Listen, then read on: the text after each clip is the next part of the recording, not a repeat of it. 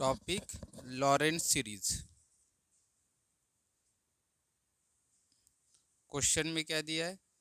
Find Laurent series for F of Z equal to 1/z+1 into z+3 in the reason.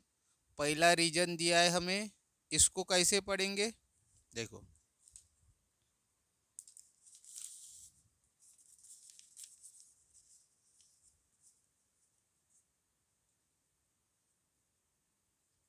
Mod of Z greater than 1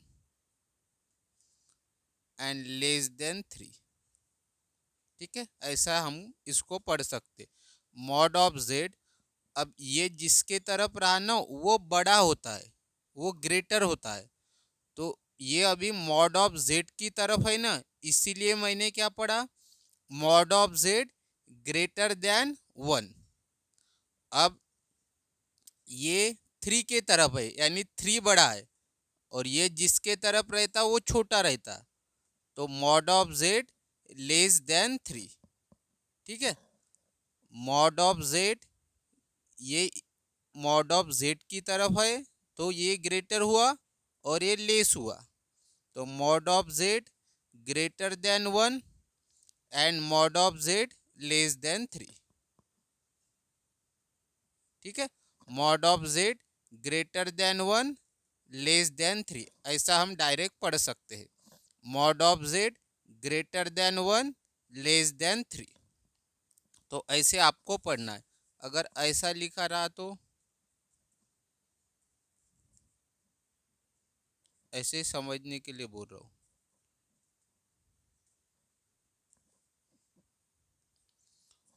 तो अभी ये mod of Z की तरफ है, ये mod of Z की तरफ है, मतलब ये छोटा हुआ, और ये जिसके तरफ रहता वो बड़ा हुआ। तो mod of Z less than 1 and less than 3, क्योंकि ये दोनों मॉड ऑफ जेड की तरफ है। यहाँ से भी इधर मॉड ऑफ जेड की तरफ है और ये भी मॉड ऑफ जेड की तरफ है, यानी ये लेस ही होगा इन दोनों के कंपैरिजन में। यानी कैसे पढ़ेंगे? Mod of Z less than 1 less than 3, ऐसे रहा तो वैल्यू कुछ भी हो सकती है।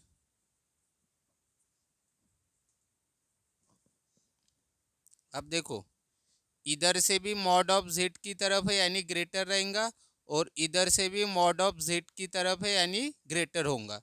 तो कैसे पढ़ेंगे? Mod of Z greater then 2 greater than 2, यहाँ पे 3 कर ली। तो mod of Z greater then 2 greater than 3। ठीक है, समझ में आ गया कैसे पढ़ना है आपको? Mod of Z greater than 1 less than 3, mod of Z less than 1 less than 3, mod of Z greater then 2 greater than 3। ठीक है, हमेशा ध्यान में रखना। जैसे मैंने ये दो वैल्यूज लिखी, अब इन दोनों में से बड़ी कौन सी है? 3, तो उसके तरफ हमें ऐसा दिखाना पड़ेगा। ये जिसके तरफ रहता वो बड़ा रहता है, और ये जिसके तरफ रहता है वो छोटा रहता है। ये आपको ध्यान में रखना है। ठीक है,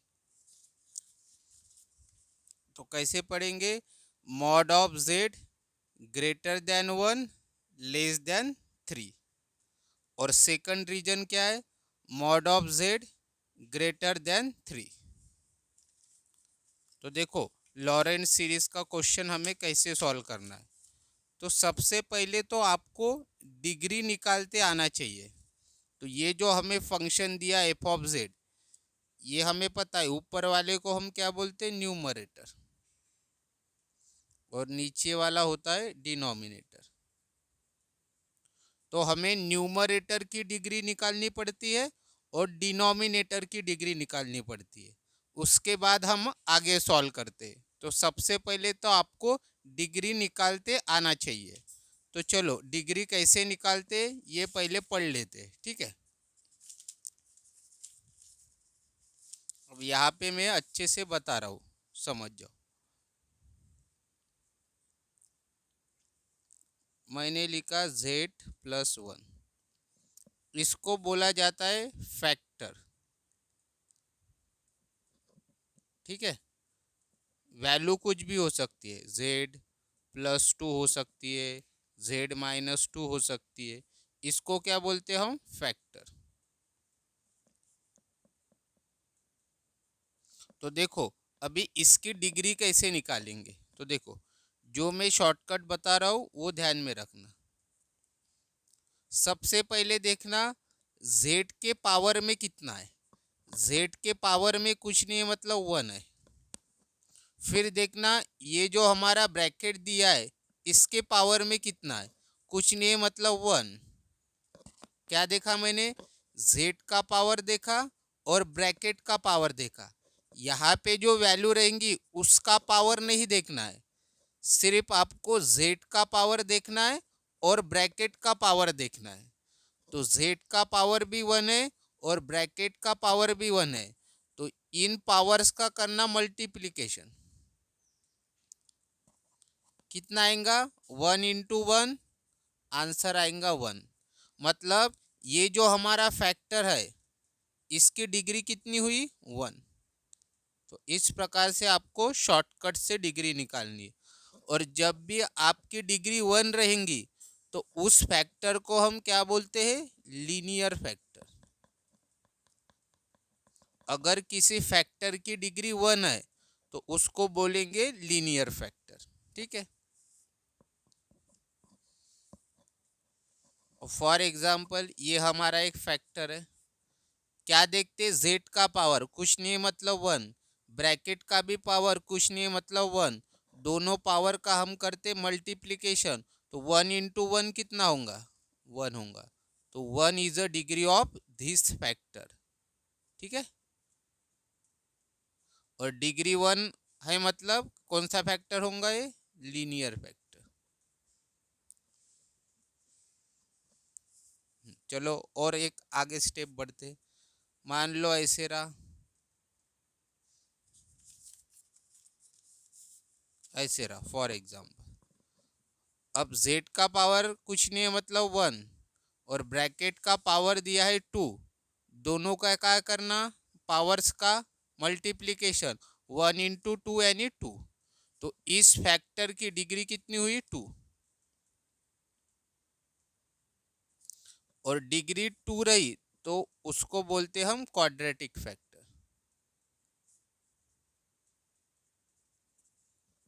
इसकी डिग्री निकालते, z का पावर देखना कुछ नहीं है मतलब 1, ब्रैकेट का पावर 3, दोनों पावर्स का मल्टीप्लीकेशन, तो 1 × 3 यानी 3। तो इस फैक्टर की डिग्री कितनी हुई है? 3। और जब डिग्री 3 रहती है तो उसको बोलते हम फिर क्यूबिक फैक्टर। तो ये हमारा है क्यूबिक फैक्टर।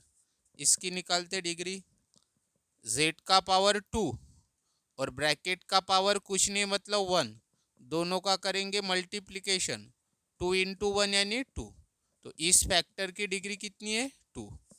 इसकी डिग्री निकालते, z का पावर 2 और ब्रैकेट का पावर भी 2, दोनों का करते मल्टीप्लीकेशन, तो 2 × 2 यानी 4। तो इस फैक्टर की डिग्री होंगी 4। तो इस प्रकार से आपको डिग्री निकालनी है। बट हम क्वेश्चन में देख रहे कि यहाँ पे डिनोमिनेटर में एक फैक्टर नहीं है, 2 फैक्टर है। तो 2 फैक्टर रहे तब क्या करना है आपको? देखो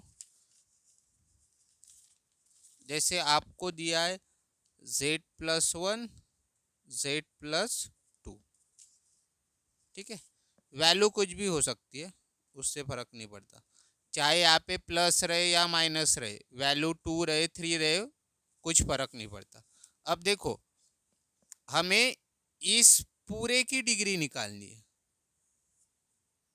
ठीक है, इस फैक्टर की और इस फैक्टर की मिला के डिग्री कितनी होंगी ये अभी हमें निकालना है। मैंने एक फैक्टर की डिग्री निकालना तो बता दिया, ये हमारा एक फैक्टर था, ये भी एक ही था, ये भी एक ही था, ये भी एक ही था। अब कंबाइन यहाँ पे 2 फैक्टर है, तो 2 फैक्टर की डिग्री कितनी होंगी? तो कैसे करना? पहले इसकी डिग्री निकाल लेना। अब इसकी डिग्री निकालना तो आपको आता है, जेड का पावर 1 है, ब्रैकेट का पावर भी 1 है, दोनों का मल्टीप्लीकेशन, तो 1 × 1 यानी 1, तो इस फैक्टर की डिग्री 1 है। फिर इस फैक्टर की डिग्री निकालना, तो इसकी भी डिग्री कितनी आएंगी, 1 × 1 1।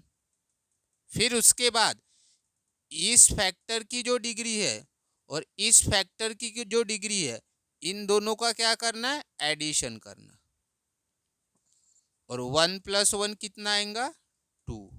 तो मतलब z+1 और z+3 की डिग्री कितनी है, 2 है। दोनों की मिला के लिखना पड़ता है हमें, तो z+1 इंटू z+3 की डिग्री कितनी है, 2 है। तो इस प्रकार से आपको दोनों की डिग्री कंबाइन निकालना है।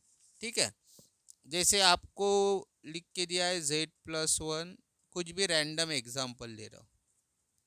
अब दोनों की डिग्री आपको निकालना है एक साथ, तो पहले हम करते सेपरेट सेपरेट, इसकी डिग्री निकालेंगे, इसकी डिग्री निकालेंगे।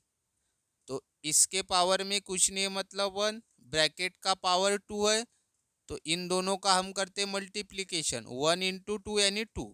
तो इस फैक्टर की डिग्री 2 है। फिर इसकी निकालना, z का पावर कुछ नहीं मतलब 1, ब्रैकेट का पावर है 1, दोनों का मल्टीप्लीकेशन 1 × 1 यानी 1, और इस फैक्टर की डिग्री 1। फिर हम क्या करते, दोनों फैक्टर की जो डिग्री आई है उनका करते एडिशन, तो 2 + 1 यानी 3। तो मतलब इन दोनों की डिग्री क्या हो गई मिला के, 3। तो इस प्रकार से आपको डिग्री निकालना है।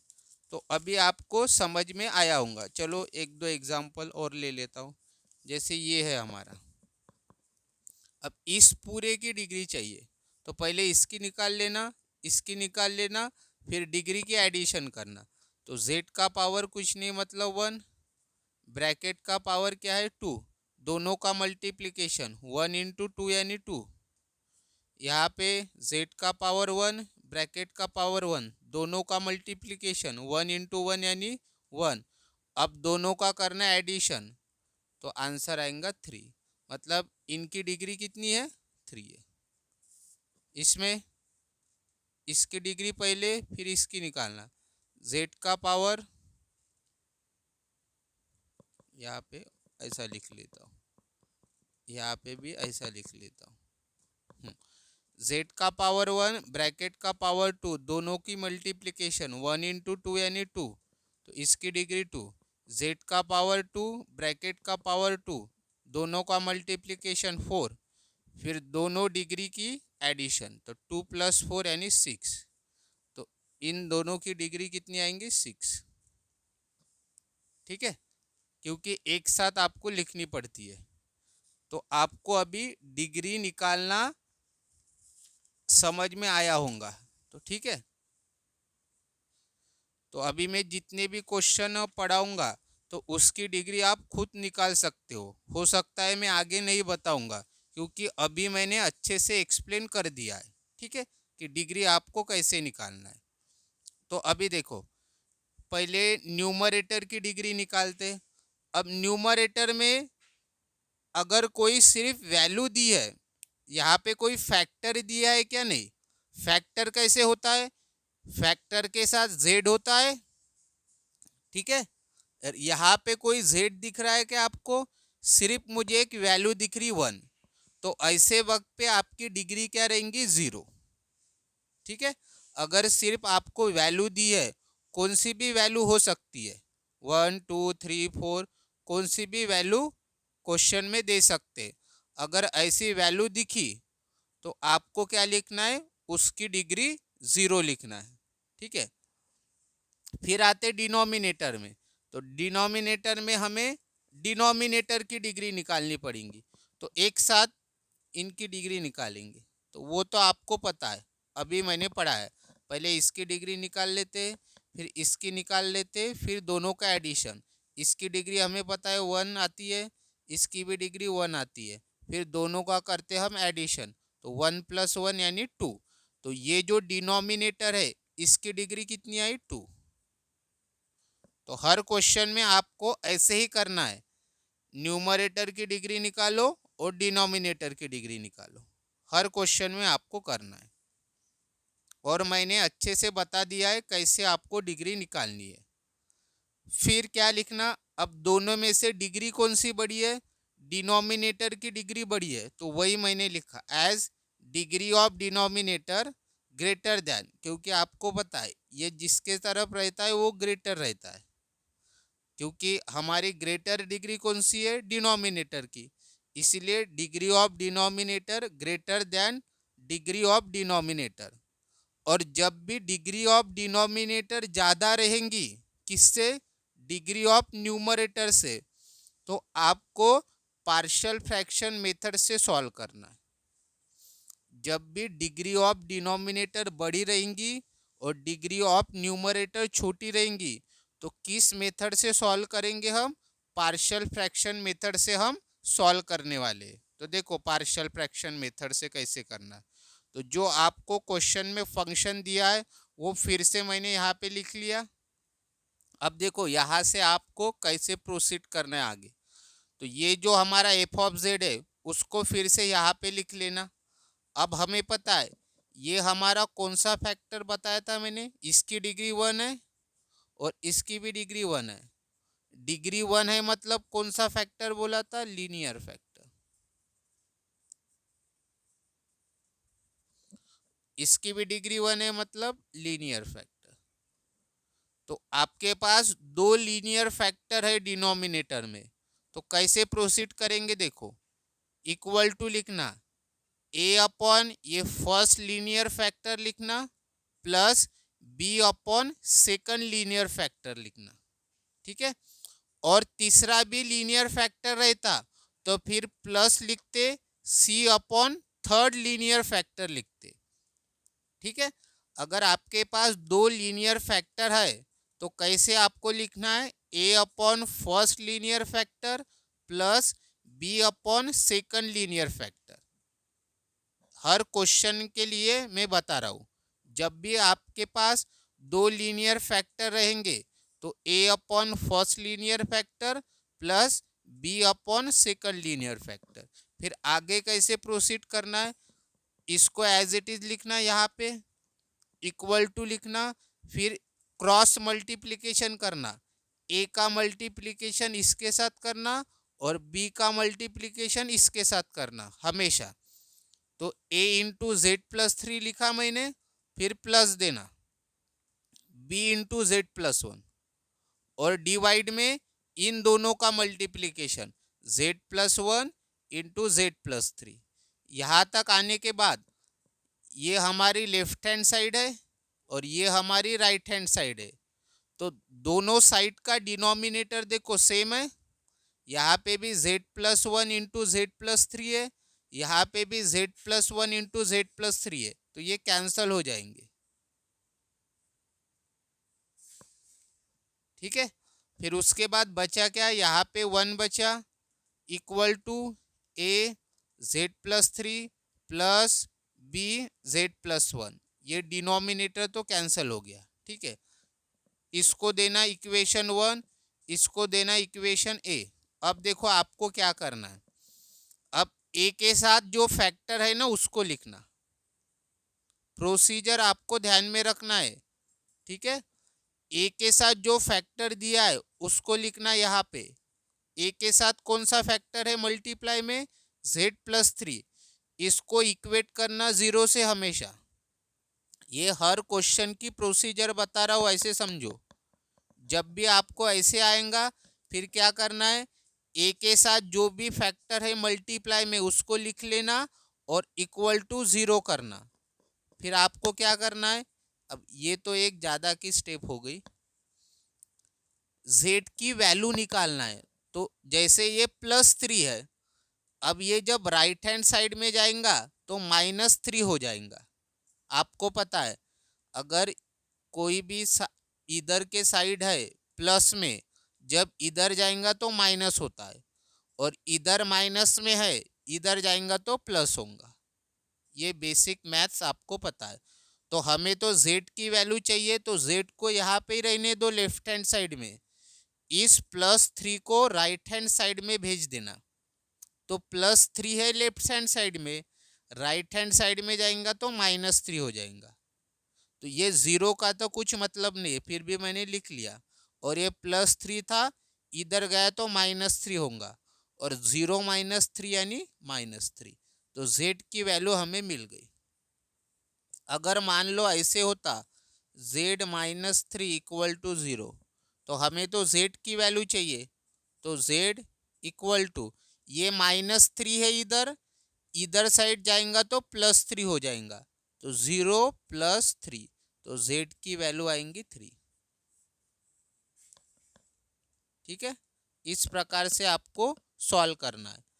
मान लो z +2 = 0 है, तो z इक्वल टू कितना आएगा, इस साइड पे +2 है, इधर आएगा तो -2, तो डायरेक्ट -2 लिख लेना, क्योंकि 0 लिख के भी फर्क तो पड़ने वाला नहीं है, डायरेक्ट आप लिख सकते हो ये आंसर। ठीक है, ये स्टेप नहीं लिखी तो भी चलेगा, क्योंकि राइट हैंड साइड में 0 है। तो इस प्रकार से आपको z की वैल्यू निकालना है।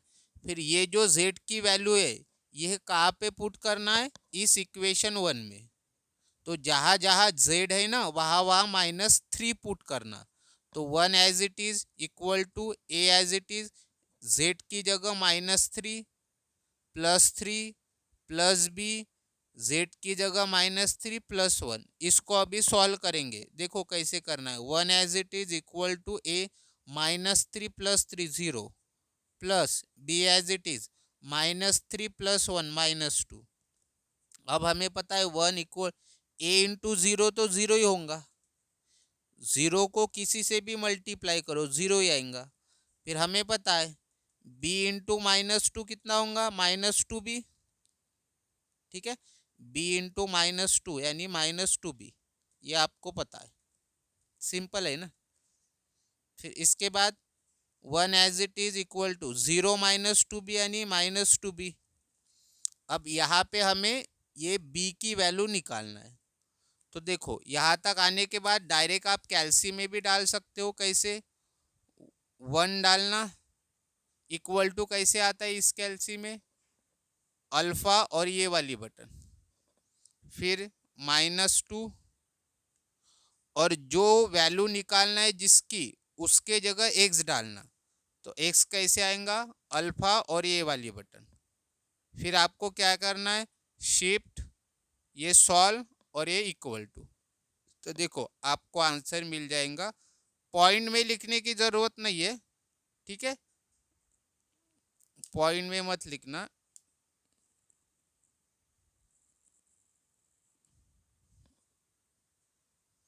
आंसर यहाँ पे पॉइंट में आया ना -0.5, तो पॉइंट में मत लिखना, ये वाली बटन प्रेस कर देना।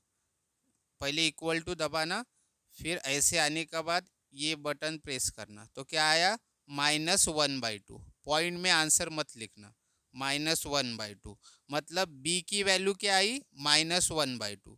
तो डायरेक्ट ये आप लिख सकते हो इस स्टेप के बाद। नहीं तो आपको, अगर आपको पता है कैसे करते, तो क्या करते हम, अगर मैथ से जाएंगे तो ये जो -2 मल्टीप्लाई में है, ये इधर आएगा तो डिवाइड होगा। सिंपल मैथ्स, मैंने कैल्सी से तो डायरेक्ट बता दिया। बी के साथ जो भी मल्टीप्लाई में है उसको इधर भेजना। तो मल्टीप्लाई में है ना, इधर आएगा तो डिवाइड होगा। तो 1/-2 इक्वल टू बी। तो बी का आंसर क्या आया, 1/-2। अब हमें पता है ये माइनस हम ऊपर दे सकते हैं, यानी बी कितना आएगा, -1/2। नहीं तो फिर कैल्सी में मैंने बता दिया, ये डाल देना कैल्सी में, आपको आंसर मिल जाएगा। पॉइंट में आया था, पॉइंट में मत लिखना, फ्रैक्शन में लिखना। तो इस प्रकार से हमें b की वैल्यू मिल गई। हमें दो वैल्यूज निकालनी पड़ती है, कौन सी, एक a की वैल्यू और एक b की वैल्यू। तो हमें b की वैल्यू मिल गई, अब हम a की वैल्यू निकालेंगे। तो अब क्या करेंगे, देखो a के साथ कौन था, z+3, उसको लिखा था। अब देखना b के साथ कौन है, उसको लिखना और इक्वल टू 0 करना। तो b के साथ कौन सा फैक्टर है मल्टीप्लाई में, z+1, तो अभी z+1 लिखना और उसको इक्वेट टू करना 0, और फिर से यहाँ इसको सॉल्व करना। जेड की वैल्यू निकालना, तो ये +1 है, इधर आएगा तो -1 हो जाएगा, तो जेड की वैल्यू -1।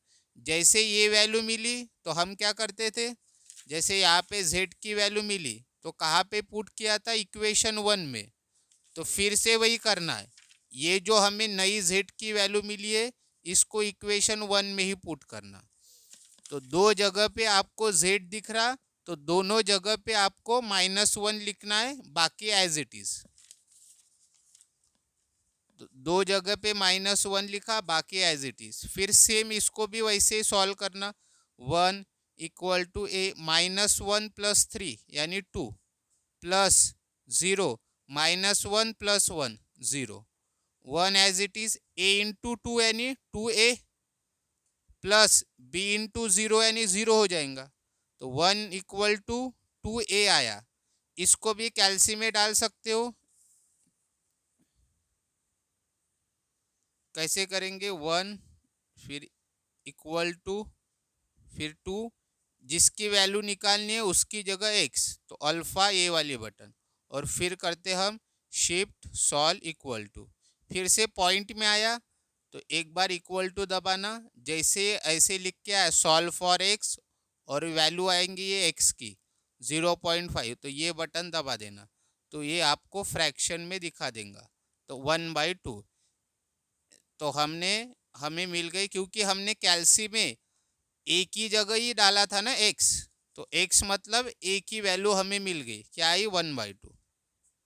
या फिर लॉन्ग कट तरीका पता ही आपको, ये मल्टीप्लाई में है 2, इधर आएगा तो डिवाइड होगा, तो ये ए की वैल्यू मिल गई आपको 1/2। तो इस प्रकार से आपको ए और बी की वैल्यू निकालना है, बहुत आसान है, सिंपल कैलकुलेशन आपको करना है। फिर ए और बी की वैल्यू कहाँ पे पुट करनी है, हमारे इक्वेशन ए में। यहाँ पे ए की वैल्यू पुट करो और यहाँ पे बी की वैल्यू पुट करो, तो ए की जगह 1/2 लिखेंगे और बी की जगह -1/2, बाकी एज इट इज। बाकी सब कुछ एज इट इज लिखना। ए की जगह 1/2 लिखा और बी की जगह -1/2। अब इसको सॉल्व करेंगे। अब हमें पता है 1/z+1 इंटू z+3, यही तो हमारा f(z) है ना, देखो ना, 1/z+1 इंटू z+3, इसको ही तो f(z) बोलते हैं ना, क्वेश्चन में बोला है ना। ये मतलब क्या है, f(z) ही तो है, तो हम इसकी जगह f(z) लिख लेंगे। इसकी जगह हम लिखेंगे f(z) equal to 1/2 as it is, z+1 as it is. अब हमें पता है प्लस इंटू माइनस क्या होगा, माइनस, तो ये कर लेना हमेशा। अगर यहाँ पे माइनस है और यहाँ पे तो हमेशा प्लस ही रहेगा, तो plus into minus minus, 1/2 as it is, z+3 as it is. अब हमेशा ध्यान में रखना, हमें ये जो न्यूमरेटर है यहाँ पे 1 लिखना है हमेशा। अगर 1 नहीं आया तो हमें यहाँ पे 1 लाना है। कभी कभी 1 आ जाएगा खुद ब खुद, लेकिन यहाँ पे 1 नहीं आया, क्या आया है 1/2, यहाँ पे भी 1/2, बट हमें हमेशा क्या चाहिए, 1 चाहिए। तो हम क्या करेंगे, यहाँ पे जो भी रहेगा ना उसको आगे लिख लेना। यहाँ पे 1/2 है तो 1/2 लिखा, अगर यहाँ पे 3/2 रहता तो 3/2 लिखते, तो 1/2 आगे लिखना और इसकी जगह लिख लेना 1, और डिनोमिनेटर एज इट इज।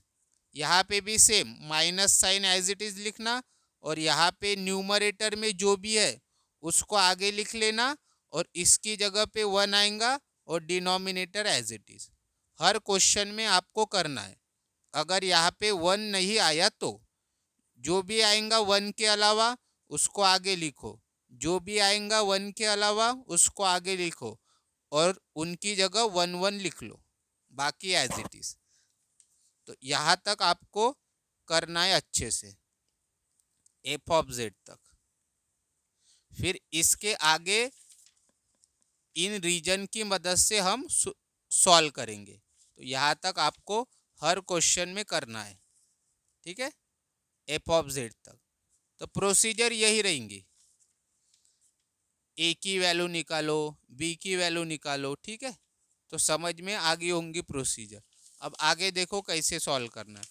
तो पहला रीजन क्या दिया है, mod of Z greater than 1 less than 3। तो पहला रीजन लिख लिया। अब यहाँ पे भी जो मैं ट्रिक बताऊंगा उसी ट्रिक को फॉलो करना है आपको, ठीक है, नहीं तो कंफ्यूजन होगा। तो जो मैं ट्रिक बता रहा हूँ उस ट्रिक से जाओगे तो आपका आसानी से सॉल्व हो जाएगा। तो देखो ये आपको रीजन क्वेश्चन में दिया है। अब देखो आगे कैसे बढ़ना है। एक बार आपको इसको लिखना है और एक बार आपको इसको लिखना है, ठीक है। एक बार इसको लिखना है और एक बार इसको लिखना है। देखो समझ में आ गया, इसको लिखा एंड लिखना, फिर इसको लिखना। ये करने के बाद अब इन दोनों में बड़ा कौन सा है, तो हमें पता है ये जिसके तरफ रहता है वो बड़ा रहता है और ये जिसके तरफ रहता है वो छोटा रहता है। तो क्या करते हैं इस स्टेप के बाद, देखो जो स्मॉलर है ना वो ऊपर लिखते हैं और जो बड़ा है बिगर उसको नीचे लिखते हैं और हमेशा लेस देन 1 लिखते हैं। ये प्रोसीजर हमेशा ध्यान में रखना। ये करने के बाद ये वाली स्टेप करनी है तो कैसे करते, स्मॉलर ऊपर लिखेंगे, बिगर नीचे लिखेंगे और लेस देन 1 लिख लेना हमेशा। तो इन दोनों में स्मॉलर कौन है, 1 है, और बिगर कौन है, मॉड जेड है। तो स्मॉलर कहाँ लिखेंगे, ऊपर, यानी 1 लिखना ऊपर और जो बड़ा है उसको नीचे, और क्या लिखना है, लेस देन 1। एंड इन दोनों में देखना बड़ा और छोटा कौन सा है, तो 3 बड़ा है और मॉड जेड छोटा है। तो जो छोटा है वो ऊपर लिखते हैं हमेशा और जो बड़ा है वो नीचे लिखते हैं और हमेशा लेस देन 1। यही ट्रिक को आपको हर क्वेश्चन में फॉलो करनी है। जो बड़ा रहेगा वो नीचे आएगा, जो छोटा रहेगा ऊपर आएगा, जो बड़ा रहेगा वो नीचे आएगा, जो छोटा रहेगा वो ऊपर आएगा। और लेस देन 1 हमेशा लिखना और लेस देन 1 हमेशा लिखना। यही आपको हर क्वेश्चन में करना है, ठीक है। अच्छे से और समझा देता हूँ। एक दूसरा एग्जांपल ले लेता हूँ, जैसे यहाँ पे हमने लिए थे ना 2-3 एग्जांपल। चलो ये एग्जांपल है, ऐसा आपको मान लो रीजन दिया है तो हम क्या करते, एक बार ये लिखते हैं और एक बार ये लिखते हैं। तो क्या लिखेंगे, जैसा दिया है वैसे लिखना, 2 एंड जैसे दिया है वैसे लिखना।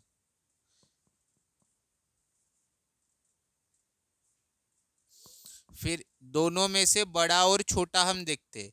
तो बड़ा कौन है, ये किसके तरफ है, मॉड जेड, यानी मॉड जेड बड़ा है बिगर और ये स्मॉलर। इन दोनों में बड़ा छोटा, ये बिगर ये स्मॉलर।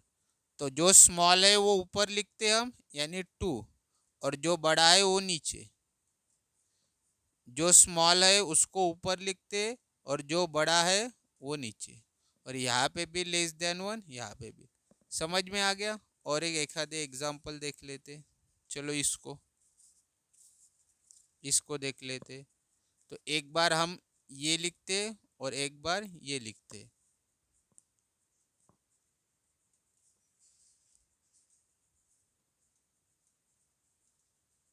चलो, दोनों में से बड़ा और छोटा कौन है, बड़ा 1 है, मॉड छोटा है, जो छोटा है वो ऊपर, जो बड़ा है नीचे। दोनों में से बड़ा कौन सा है, 3 बड़ा है, मॉड जेड छोटा है, जो छोटा है वो ऊपर और जो बड़ा है वो नीचे। यहाँ पे भी लेस देन 1, यहाँ पे भी लेस देन। तो ये अभी आपको समझ में आया होगा कि कैसे करना है ये स्टेप, ठीक है।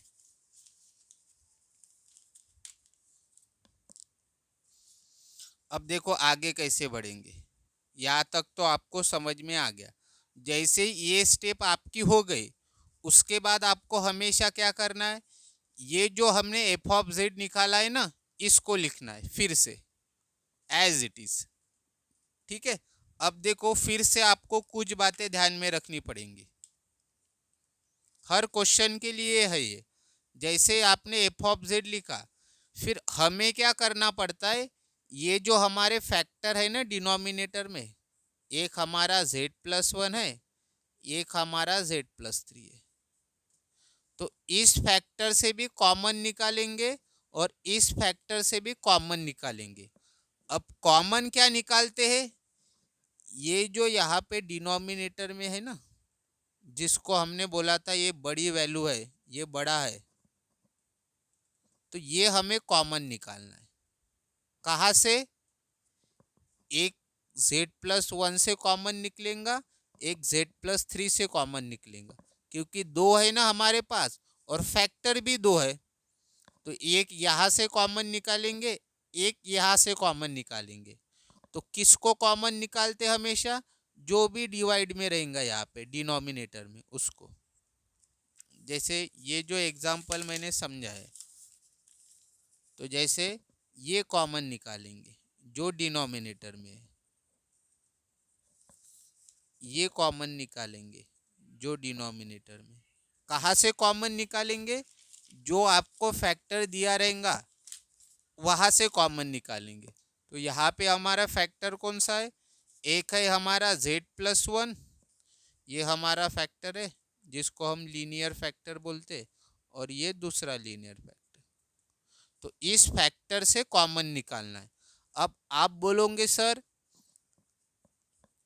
ये मॉड को भूल जाओ, जेड को कॉमन निकालते, वो लिखा हमने मॉड जेड है, लेकिन मॉड को भूल जाना है, यानी हमें जेड कॉमन निकालना है और 3 कॉमन निकालना है, जेड एंड 3। तो आप बोलोगे सर ये z कहाँ से कॉमन निकालना है, इस फैक्टर से कॉमन निकालना है कि इस फैक्टर से कॉमन निकालना है, क्योंकि एक फैक्टर से एक ही कॉमन निकालना है। फिर आप बोलोगे सर ये 3 कहाँ से कॉमन निकालना है, इस वाले लीनियर फैक्टर से निकालना है कि इस वाले लीनियर फैक्टर से। तो देखो अभी यहाँ पे थोड़ा आपको सोचना पड़ेगा। अब देखो ये z तो यहाँ से भी कॉमन निकल सकता है, यहाँ से भी निकल सकता है, क्योंकि यहाँ पे भी z है और यहाँ पे भी z है, तो z तो कहीं से भी निकल जाएगा, इसका कोई प्रॉब्लम नहीं है। बट 3 दोनों में से कॉमन नहीं निकल सकता। यहाँ पे 3 दिख रहा है क्या आपको, यहाँ पे तो 1 है, तो इस लीनियर फैक्टर से 3 नहीं निकल सकता। 3 कहाँ से निकलेगा, यहाँ से। मतलब हमें ये पता चल गया कि ये वाला 3 कहाँ से कॉमन निकालेंगे, इस फैक्टर से, और बचा कौन सा है फिर z, तो z आपको यहाँ से कॉमन निकालना पड़ेगा। तो ऐसे आपको समझना है। कैसे समझा मैंने, जो डिनोमिनेटर में है वो हम कॉमन निकालते हैं, कहाँ से, ये जो फैक्टर दिए है यहाँ से। तो एक को कॉमन निकालेंगे इस फैक्टर से, एक को कॉमन निकालेंगे इस फैक्टर से। तो पता क्या करना होता है कि कौन से वैल्यू को कहाँ से कॉमन निकालेंगे, इसको यहाँ से निकाले कॉमन कि यहाँ से निकाले, इसको यहाँ से निकाले कि यहाँ से निकाले। तो ये कैसे पता करना है, तो जैसे z है, अब z तो दोनों फैक्टर में प्रेजेंट है, तो z तो कहीं से भी निकल सकता है कॉमन, बट 3 नहीं निकल पाएगा यहाँ से। तो यहाँ से हम 3 नहीं निकाल पाएंगे। 3 अगर कॉमन निकालना है आपको तो इसी फैक्टर से ही निकालना पड़ेगा। तो हमें पता चल गया, इस फैक्टर से हम 3 कॉमन निकाल लेंगे और इस फैक्टर से z कॉमन निकाल लेंगे।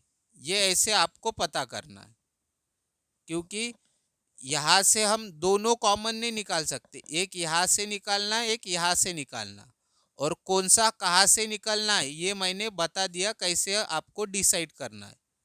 ठीक है, क्योंकि 3 सिर्फ इसी फैक्टर में है, तो 3 यहाँ से निकाल लेना, फिर बचा कौन है, z यहाँ से निकलेगा। ठीक है, तो यहाँ तक समझ में आ गया। अब देखो यहाँ का भी मैं थोड़ा समझा देता हूँ, एक एक स्टेप हम आगे बढ़ेंगे। अब ये दूसरा रीज़न है, इसके आगे का बताऊंगा मैं। पहले यहाँ तक समझ में आ गया, अब इसका भी यहाँ तक पहले समझ लेते हैं। कॉमन कैसे निकालना ये तो मैं बाद में बताऊंगा, अभी सिर्फ कॉमन का कैसे वो देखो। जैसे यहाँ पे भी डिवाइड ये कैसे आए ये बाद में बताता हूँ। यहाँ पे भी डिवाइड में जेड है, यहाँ पे भी डिवाइड में जेड है, यानी हमें जेड ही कॉमन निकालना है ना। दो जेड है ना हमारे, डिनोमिनेटर में जेड जेड ही है, तो एक कहाँ से निकालते हम कॉमन, इसी फैक्टर से। तो अब देखो हम कहाँ से निकाल सकते, अब देखो ना, ये z यहाँ से भी कॉमन निकल सकता है और यहाँ से भी कॉमन निकल सकता है, ये z यहाँ से भी कॉमन निकल सकता है, यहाँ से भी। तो इसमें तो कुछ प्रॉब्लम ही नहीं है, इस z को यहाँ से कॉमन निकालेंगे और एक जो z है वो यहाँ से कॉमन निकालेंगे, तो इसमें तो कुछ प्रॉब्लम ही नहीं है। समझ में आ गया, यहाँ से भी z कॉमन निकलेगा और यहाँ से भी z कॉमन निकलेगा। समझ में आ गया। चलो एक आधी दूसरा क्वेश्चन देख लेते हैं, क्योंकि ये मैं बार बार नहीं बताऊंगा, अभी एक साथ बता दूंगा तो आपको और अच्छे से पॉइंट क्लियर हो जाएगा। तो जैसे ये वाला है, डिनोमिनेटर में क्या है हमारा,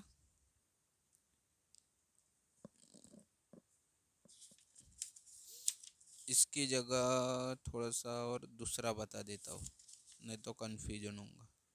चलो यहाँ पे आ जाओ। अब देखो दोनों जगह डिनोमिनेटर में जेड ही है, तो तब तो कोई प्रॉब्लम नहीं रहता, आप जेड कहीं से भी निकाल सकते हो। अगर दोनों जगह डिनोमिनेटर में जेड ही है तो प्रॉब्लम तो है ही नहीं, यहाँ से भी जेड निकाल सकते हैं और यहाँ से भी निकालेंगे, तो इस फैक्टर से भी जेड कॉमन निकलेगा और इस फैक्टर से भी जेड कॉमन निकलेगा। ठीक है,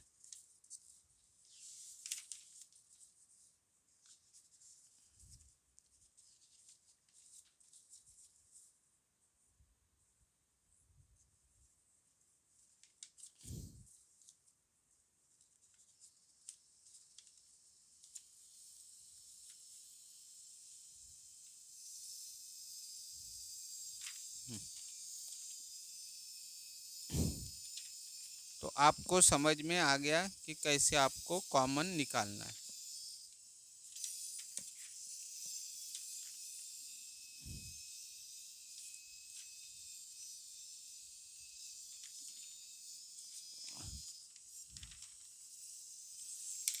अब देखो और थोड़ा बहुत मैं समझा देता हूँ, यानी कंफ्यूजन नहीं रहेगा। कुछ अपने मन से मैं एफ ऑफ जेड लिख लेता हूँ, यानी और आपका ये क्लियर हो जाएगा पार्ट। मान लो एफ ऑफ जेड है,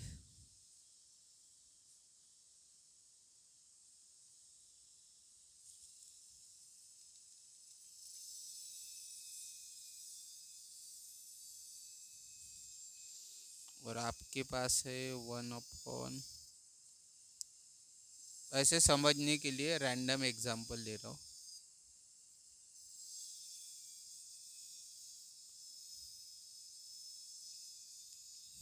चलो देखो, अब डिनोमिनेटर में कौन है, 2 और 3, मतलब कॉमन क्या निकालना है हमें, 2 और 3।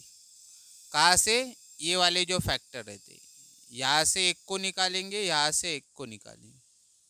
अब देखना टू कहाँ से हम कॉमन निकाल सकते, क्या आप यहाँ से टू कॉमन निकाल सकते हो, क्या नहीं, यहाँ पे टू है ही नहीं, तो टू कहाँ से निकलेगा, यहाँ से। तो इस फैक्टर से हम टू को कॉमन निकालेंगे, फिर बचा कौन है, 3, और 3 को फिर यहाँ से कॉमन निकालें। समझ में आ गया कैसे पता करना है। चलो और एक देख लेते, इसको चेंज कर लेते, इसकी जगह में z लिख ली।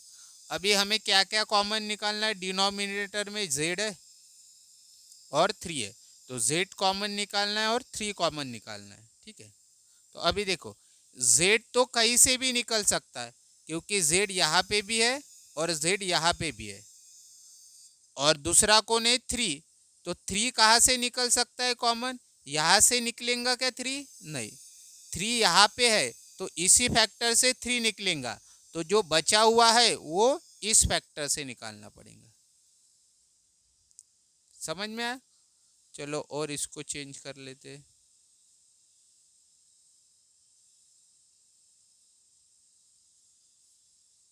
तो अभी आपको डिनोमिनेटर में कौन है, z और 2 है, तो z और 2 लिखा, तो हमें z कॉमन निकालना है और 2 कॉमन निकालना है। तो देखते कहाँ से निकालेंगे, तो इसी फैक्टर में से निकालने पड़ेंगे। तो z कहाँ से निकलेगा, z तो यहाँ पे भी है और यहाँ पे भी है, तो इस फैक्टर से भी z निकल सकता है और इस फैक्टर से भी z निकल सकता है। तो z का तो कोई इशू नहीं है, वो दोनों जगह से निकल सकता है। बट ये जो हमारा 2 है ये कहाँ से निकलेगा, सिर्फ इसी फैक्टर से निकल सकता है, क्योंकि यहाँ पे 2 है। यहाँ पे है क्या, 2 नहीं है, मतलब हमारा जो 2 है वो इस फैक्टर से निकलेगा कॉमन, और फिर बचा जो z है वो यहाँ से निकलेगा। तो अभी आपको समझ में आया होगा कि ये कॉमन वाला कैसे करना है आपको, ठीक है।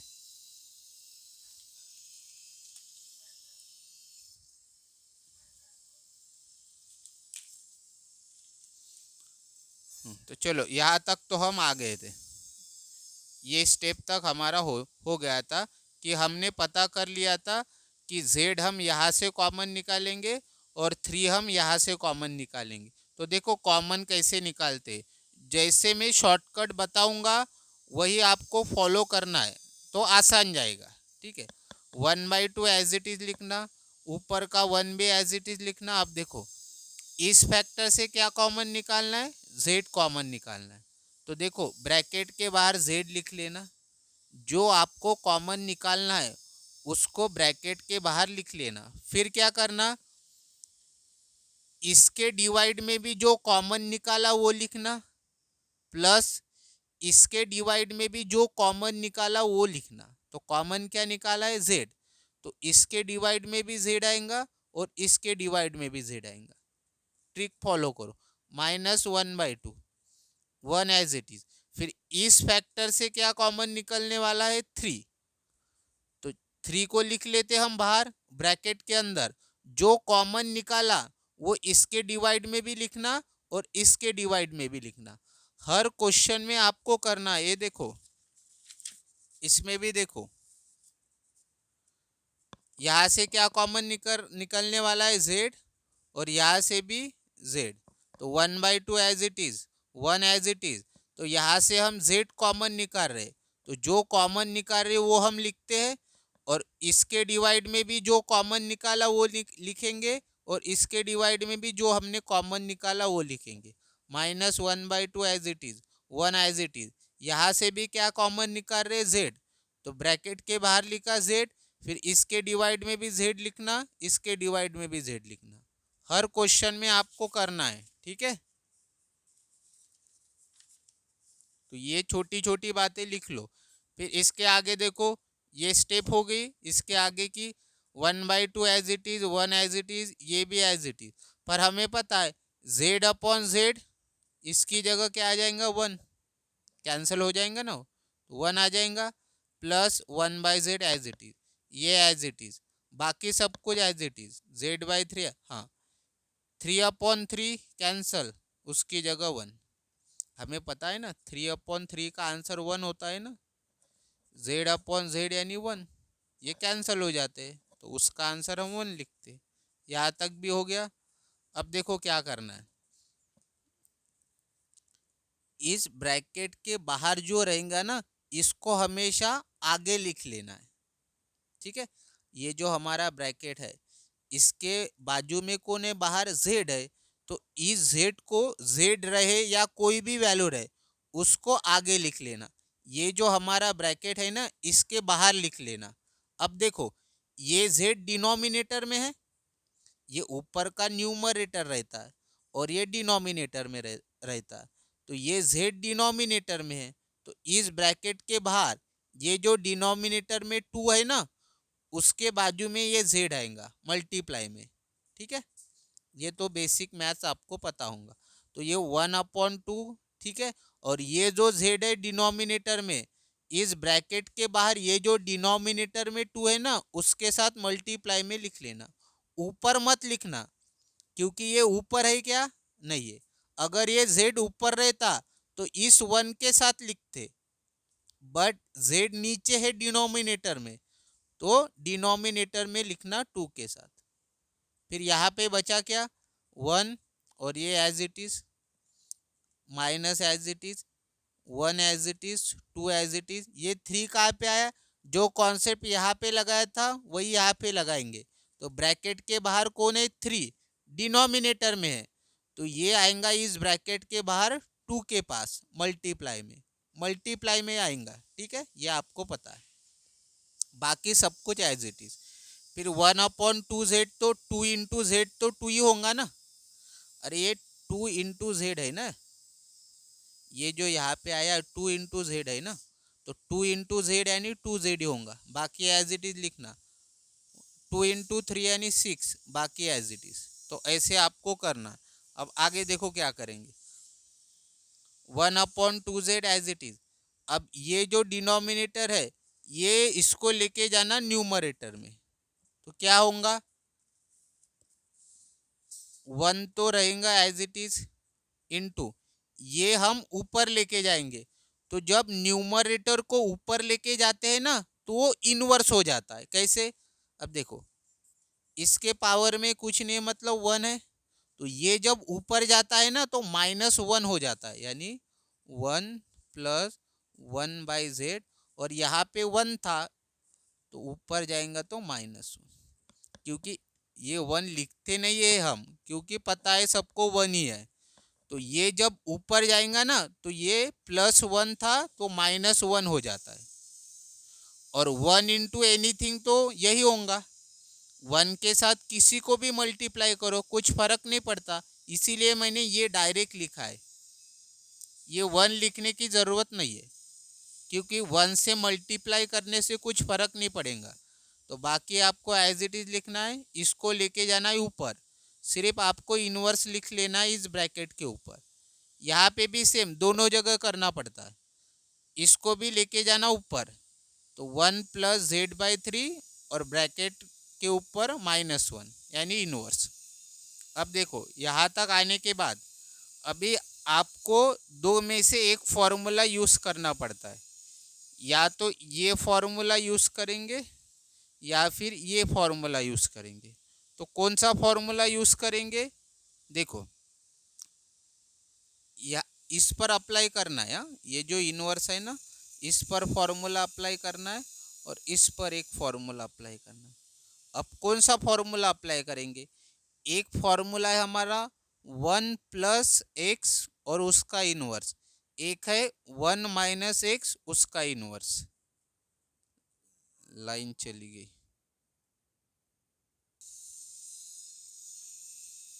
तो अभी देखो कौन सा फॉर्मूला लगाएंगे, यहाँ पर एक फॉर्मूला लगाना पड़ेगा और यहाँ पे, अब दो में से एक फॉर्मूला लगेगा। तो अब देखो 1 के बाद देखना साइन कौन सा है, 1 प्लस है कि 1 माइनस है। अगर 1 के बाद प्लस है तो ये फॉर्मूला लगाना, और 1 के बाद माइनस है तो ये फॉर्मूला लगाना। हर क्वेश्चन में आपको यही देखना है 1 के बाद साइन कौन सा है।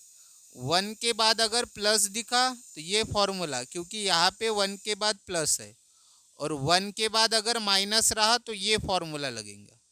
तो दोनों जगह पे 1 के बाद प्लस ही है, तो यहाँ पे भी यही फॉर्मूला लगेगा और यहाँ पे भी यही फॉर्मूला लगेगा। तो देखो कैसे इस फॉर्मूले को अप्लाई करना है।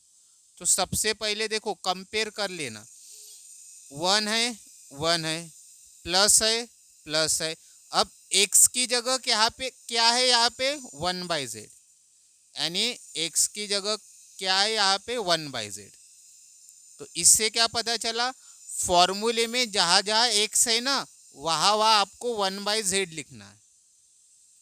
1 है, प्लस है, और x की जगह क्या लिखा है यहाँ पे 1/z। तो समझ जाना एक्स की जगह आपको 1/z लिखना है इस फॉर्मूले में। तो देखो ये फॉर्मूला अप्लाई करेंगे तो 1/2z लिख लिया मैंने, ठीक है, 1/2z लिख लिया।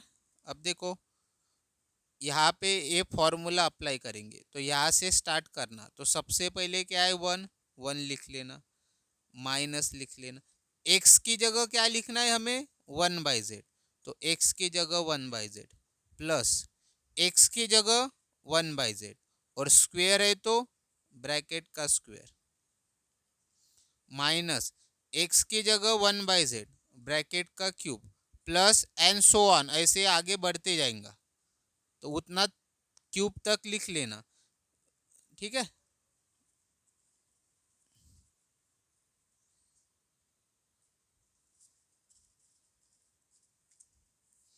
और फिर ये प्लस डॉट डॉट डॉट ऐसे लिख लेना, ठीक है। फिर सेम इस पर भी हम फॉर्मूला अप्लाई करेंगे तो -1/6 ब्रैकेट के बाहर लिख लेना। फिर यहाँ पे भी 1+ है तो 1+ वाला फॉर्मूला लगेगा। तो कंपेयर कर लो अभी, 1+ यहाँ पे भी है, 1+ यहाँ पे भी है और यहाँ पे x है और यहाँ पे x की जगह क्या है, z/3। तो x की जगह हम लिखेंगे z/3। अब इसको भूल जाना। तो मतलब फॉर्मूले में जहाँ जहाँ x है वहाँ वहाँ z/3 लिखेंगे। तो देखो कैसे आएगा ये। तो फॉर्मूले यहाँ से स्टार्ट करेंगे हम लिखना, 1 माइनस एक्स यानी z/3 प्लस एक्स स्क्वेयर यानी एक्स की जगह z/3 और उसका स्क्वायर माइनस एक्स की जगह z/3 और उसका क्यूब और प्लस डॉट डॉट डॉट ऐसे दिखा देना, ब्रैकेट कंप्लीट। अब इसको देखो थोड़ा बहुत सॉल्व करना है और फिर इसका आंसर हो जाएगा। फिर 1/2z एज इट इज लिखना, ये एज इट इज आएगा। अब देखो ये तो ब्रैकेट का स्क्वायर है ना, तो ये न्यूमरेटर है और ये डिनोमिनेटर है। तो हम क्या करेंगे, ये जो स्क्वायर है ये हम सेपरेट सेपरेट दे देंगे, न्यूमरेटर को भी स्क्वायर दे देंगे और ये डिनोमिनेटर को भी स्क्वायर देंगे। सेम ये क्यूब न्यूमरेटर को भी क्यूब दे देंगे, डिनोमिनेटर में भी क्यूब देंगे। सेम कॉन्सेप्ट यहाँ पे भी अप्लाई करना है, बाकी कुछ नहीं करना है। तो देखो ये स्क्वायर 1 को भी दे दिया और z को भी दे दिया, ये क्यूब 1 को भी दे दिया और z को भी दे दिया, बाकी एज इट इज, बाकी सब कुछ एज इट इज। यहाँ पे भी ये स्क्वायर z को भी दे दिया और 3 को भी दे दिया, क्यूब z को भी दे दिया और 3 को भी दे दिया। अब थोड़ा बहुत सॉल्व कर लेना, 1/2z एज इट इज, ये भी एज इट इज। अब 1 का स्क्वायर तो 1 ही होगा, z square as it is, 1 का क्यूब 1 ही होगा, z cube as it is plus dot dot dot -1/6, 1 minus z/3 plus z square as it is, 3 का square 9 minus z cube as it is, 3 का cube 27 plus dot dot. तो यहाँ तक, अब इसके आगे और सॉल्व करने की ज़रूरत नहीं है, यहाँ तक आपको इस रीजन का आंसर निकालना था, ठीक है। अब हम सेकंड रीजन पे जाएंगे, इसका तो आंसर हमने निकाल लिया, अब इस पर जाएंगे। तो देखो यहाँ पे, अब यहाँ पे क्या चेंजेस आपको दिख रहा, पहला रीजन तो हमें ऐसा दिया था, इधर भी एक वैल्यू थी और इधर भी एक वैल्यू थी, दो वैल्यू थी। बट इसमें तो मुझे एक ही वैल्यू दिख रही जो कि 3 है। तो कभी कभी ऐसे भी रहेगा, कभी कभी दोनों तरफ वैल्यू दी रहेंगी और कभी कभी एक ही तरफ वैल्यू देंगे, ठीक है। तब आपको क्या करना है, तो देखो ध्यान दो, हमारे पास z की कितनी वैल्यू निकाली थी, एक -3 था और एक -1 था। थोड़ा सा समझ लो, अभी जब भी आपको ऐसे आएगा तब आपको क्या करना है, z की वैल्यू हमने क्या क्या निकाली वो देख लेना। तो एक वैल्यू तो हमने निकाली है -3 और एक वैल्यू थी हमारी -1। तो इन माइनस को भूल जाना, वैल्यू के तरफ ध्यान देना। तो एक वैल्यू है हमारी 3 और एक वैल्यू है 1। जो मैं ट्रिक बता रहा हूँ उसको फॉलो करना। हमने z की दो वैल्यू निकाली थी, साइन को निग्लेक्ट करना फिलहाल। तो 3 है और 1 है, तो इन दोनों में से कौन सी वैल्यू है यहाँ पे? 3 तो है, तो कौन सी नहीं है? 1। तो मतलब आपको जो वैल्यू नहीं है वो आपको इधर के साइड पे लिखना पड़ेगा।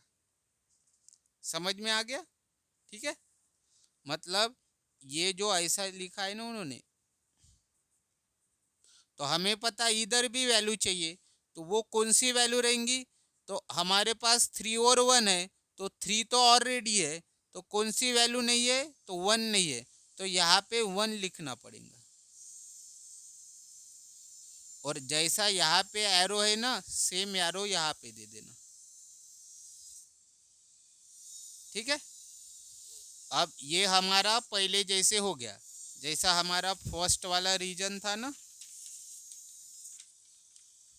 यानी दोनों तरफ वैल्यू थी ना, अब यहाँ पे भी दोनों तरफ वैल्यू है। अब इसको सॉल्व कैसे करेंगे ये मैंने बता दिया है, अब इसको कैसे सॉल्व करते फिर भी बता देता हूँ। एक बार इसको लिखते हैं और एक बार इसको लिखते हैं।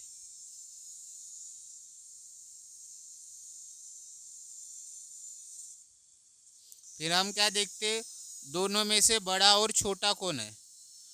तो 1 बड़ा है कि मॉड जेड बड़ा है? तो ये जिसके तरफ रहता है वो बड़ा रहता है, यानी 1 बड़ा है और मॉड जेड छोटा है। तो जो बड़ा है उसको नीचे लिखते हैं हम, और जो छोटा है ऊपर। एंड दोनों में से बड़ा कौन सा है? मॉड जेड बड़ा है, 3 छोटा है, तो जो छोटा है वो ऊपर और जो बड़ा है वो नीचे। यहाँ भी लेस देन 1, यहाँ भी लेस देन 1। देखो यही आया है। कुछ गलत लिखा क्या मैंने?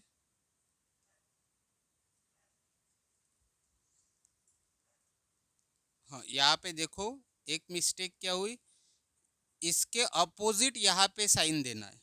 मैंने सेम साइन बोला है, क्या करना है आपको? उसके अपोजिट। ठीक है, सेम नहीं देना है, उसके अपोजिट में देना है साइन। तो थोड़ा यहाँ पे ध्यान देना, जैसे ये वाला ऐसे है ना, तो यहाँ पे क्या आएगा? उसके उल्टा, ऐसा। ठीक है, अपोजिट साइन देना है। अगर ऐसे रहता, मान लो आपको मॉड जेड ऐसे दिया रहता, तो हम क्या करेंगे? ये तो ऐसा ही लिखते। अब ये ऐसा है ना, तो इधर ऐसे आएगा अपोजिट। ठीक है, अपोजिट देना है, ये भूलना मत। तो मतलब यहाँ पे क्या आएगा? इधर आएगा ये यारो। अब हमें पता है इन दोनों में से बड़ा कौन है? Mod Z. तो मॉड जेड बड़ा है तो नीचे आएगा, ऊपर आएगा जो स्मॉल है। ठीक है, ये थोड़ा ध्यान में रखना। जब भी ऐसा आपको आए, यानी एक वैल्यू नहीं दी रहेंगी, तो आपको इस ट्रिक को फॉलो करना है। ठीक है, तो अभी हमें पता चल गया। अब ये मैंने पहले ही बता दिया है कि हमें जो डिनोमिनेटर में रहता है वो क्या करते हैं? हम कॉमन निकालते हैं। तो डिनोमिनेटर में दोनों जगह पे जेड ही है, तो कहाँ से हम कॉमन निकालते हैं? हम एफ ऑफ जेड लिख लेते हैं। ये जैसी स्टेप हुई तो हमने ये जो एफ ऑफ जेड निकाला था ये हम फिर से लिख लेते हैं। तो वैसे हमने लिख लिया। फिर जो हमारे फैक्टर है उन फैक्टर में से हम कॉमन निकालते। तो एक फैक्टर हमारा ये है और ये दूसरा है, और क्या कॉमन निकालना है? जेड और जेड। तो जब दोनों जगह पे जेड है तो कुछ टेंशन लेने की ज़रूरत नहीं है। तो यहाँ से भी जेड निकालेंगे कॉमन और यहाँ से भी जेड निकालेंगे। तो बाकी 1/2 as it is, 1 as it is. जो कॉमन निकालना है वो ब्रैकेट के बाहर लिखते हैं, और जो हमने कॉमन निकाला वो इसके डिवाइड में भी लिखेंगे और इसके डिवाइड में भी। -1/2 as it is, 1 as it is. यहाँ से भी क्या कॉमन निकाल रहे? जेड। तो जो कॉमन निकालते उसको बाहर लिखते हैं, और इसके भी डिवाइड में जो हमने कॉमन निकाला वो लिखेंगे, और इसके भी डिवाइड में जो हमने कॉमन निकाला। अब सेम जैसे मैंने इसको सॉल्व किया था, सेम प्रोसीजर को फॉलो करना है। बता देता हूँ मैं। 1/2 एज इट इज, अब आपको पता है ये जो ब्रैकेट के बाहर रहता है इसको हम कहाँ पे लेके जाते हैं, इस ब्रैकेट के बाहर। तो ये डिनोमिनेटर में है तो ये 2 के डिनोमिनेटर में आएगा मल्टीप्लाई में, तो 2 इंटू जेड, बाकी बचा क्या 1, और यहाँ पे z अपॉन जेड यानी क्या हो जाएगा 1 प्लस 1/z माइनस 1/2। यहाँ पे भी जो ब्रैकेट के बाहर है वो इस ब्रैकेट के बाहर आएगा, डिनोमिनेटर में मल्टीप्लाई में आ जाएगा 2 इंटू जेड, बाकी 1 as it is, z upon Z क्या होगा 1 प्लस 3/z। ये तो 1/2 इंटू जेड तो 2z ही होगा। फिर हम क्या करते, इसको लेके जाते ऊपर, तो क्या हो जाता है वो इनवर्स 1/2z, इसको लेके जाते ऊपर वो हो जाएगा इनवर्स। फिर हमारे पास दो फॉर्मूले हैं, या तो 1 प्लस एक्स इनवर्स लगेगा या 1 माइनस एक्स इनवर्स। तो मैंने क्या ट्रिक बताई थी, 1 के बाद देखना प्लस है कि माइनस है, तो यहाँ पे भी 1 के बाद प्लस है, यहाँ पे भी 1 के बाद प्लस है, यानी यही फॉर्मूला लगेगा। ठीक है, तो चलो, तो कंपेयर कर लेना, क्या कंपेयर कर लेना कि x की जगह क्या लिखना है। तो देखो कैसे कंपेयर करते हैं हम, 1 है प्लस है, x की जगह क्या है 1/z, तो जहाँ जहाँ x है वहाँ लिखेंगे हम 1/z।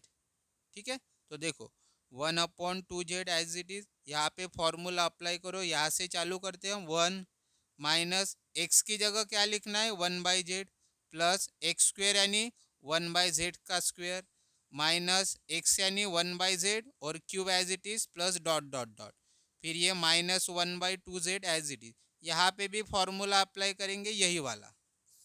तो x की जगह क्या आएगा, तो 1 है प्लस है, और x की जगह क्या लिखना है 3/z, तो फॉर्मूले में जहाँ जहाँ x है वहाँ 3/z लिखेंगे। तो देखो 1 माइनस एक्स की जगह 3/z प्लस एक्स स्क्वेयर यानी 3/z का स्क्वेयर माइनस एक्स क्यूब यानी 3/z का cube plus dot dot dot, formula लिख लेना कौन सा अप्लाई किया। ठीक है, फिर जैसे यहाँ पे हमने सॉल्व किया था सेम यहाँ पे करना है। क्या किया था हमने, ये जो स्क्वायर है वो न्यूमरेटर को भी देना डिनोमिनेटर को भी, क्यूब न्यूमरेटर को भी डिनोमिनेटर में, स्क्वायर न्यूमरेटर को भी डिनोमिनेटर को भी, और क्यूब न्यूमरेटर को भी और डिनोमिनेटर को भी। तो बाकी एज इट इज, बाकी सब कुछ ये 1 का स्क्वायर जेड का स्क्वायर, 1 का क्यूब जेड का क्यूब, यहाँ पे भी 3 का स्क्वायर जेड का स्क्वायर, 3 का क्यूब जेड का क्यूब, पर इसके बाद बाकी एज इट इज 1 का स्क्वायर 1, 1 का क्यूब 1, बाकी एज इट इज 3 का स्क्वायर 9 और 3 का क्यूब 27, बाकी एज इट इज। यहाँ तक आपको इस रीजन के लिए सॉल्व करना था। ठीक है, तो इस प्रकार से आपको इन क्वेश्चन को करना है। अब यहाँ पे हमें 2 रीजन दिए, तो कभी कभी 3 भी दे सकते, जितने रीजन होंगे आपको क्वेश्चन में उतने रीजन के लिए सॉल्व करना पड़ता है। तो यहाँ पे 2 रीजन थे, तो इसके लिए भी हमने आंसर निकाला, इसके लिए भी निकाला। तो इस प्रकार से आपको लॉरेंट सीरीज का क्वेश्चन करना था। अब वीडियो बहुत लंबा हो गया क्योंकि मैंने बहुत सारी चीज़ें इसी क्वेश्चन में समझा के दी है कि कैसे हमें आगे बढ़ना है। ठीक है, इसीलिए वीडियो की लेंथ ज़्यादा हुई है। कुछ डाउट होंगे तो मुझे कमेंट के माध्यम से पूछ लेना। ठीक है, और इस लॉरेंट सीरीज के रिलेटेड जितने भी क्वेश्चन मैंने चैनल पे डाले हैं उन वीडियोस की प्लेलिस्ट की लिंक इसी वीडियो के डिस्क्रिप्शन में आपको मिल जाएंगी। सारे वीडियोस आपको देख लेने हैं लॉरेंट सीरीज के रिलेटेड। Thank you.